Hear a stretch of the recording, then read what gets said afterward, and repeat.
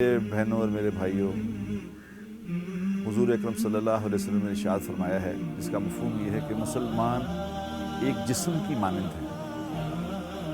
جسم کے چھوٹے سے کسی چھوٹی سی انگلی میں کوئی تکلیف ہونا تو پورا جسم بے چین ہو جاتا ہے۔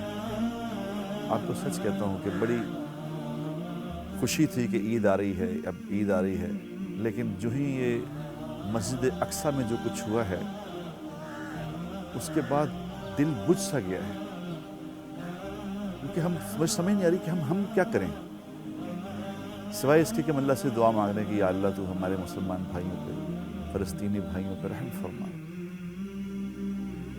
کاش ہم کچھ اس پوزیشن میں ہوتے کہ فزیکلی بھی کچھ کر سکتے،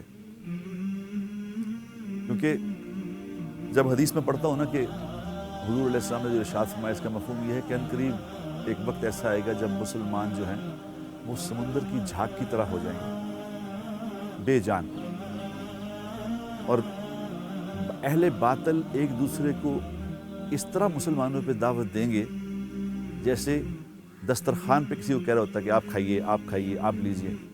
تو صحابہ نے کہا یا رسول اللہ ہمیں کیا ہو جائے گا، ہم اتنے تھوڑے ہو جائیں گے، تعداد میں کم ہوں گے یا ہمارے وسائل میں کم ہوں گے؟ آپ نے فرمایا نہیں، تم تعداد میں بھی بہت ہوگے، وسائل بھی تمہارے پاس بہت ہوگے، مگر تمہیں وہن کی بیماری لگ جائے گی۔ صحابہ نے عرض کیا یا رسول اللہ یہ وہن کیا ہے؟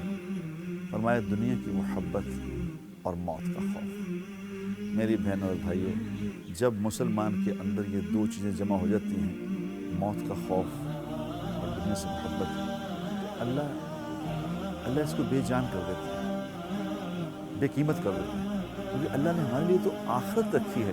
ہمیں تو جنت کا شوق ہونا چاہیے، اللہ سے ملاقات کا شوق ہونا چاہیے، لیکن اپنے ایمان سے بتائیں کتنے مسلمان ایسے ہیں جن کو اللہ سے ملاقات کا شوق ہے؟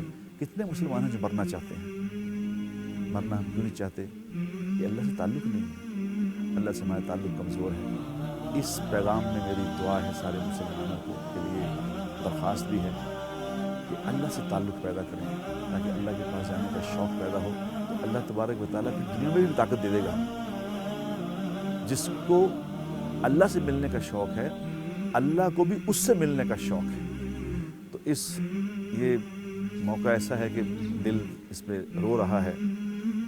اللہ تبارک و تعالیٰ سے دعا ہے کہ اللہ تبارک و تعالیٰ ہمیں دوبارہ وہ طاقت نصیب فرمائے کہ ہم اپنے حقوق کی حفاظت کر سکیں۔ وآخر دعوانا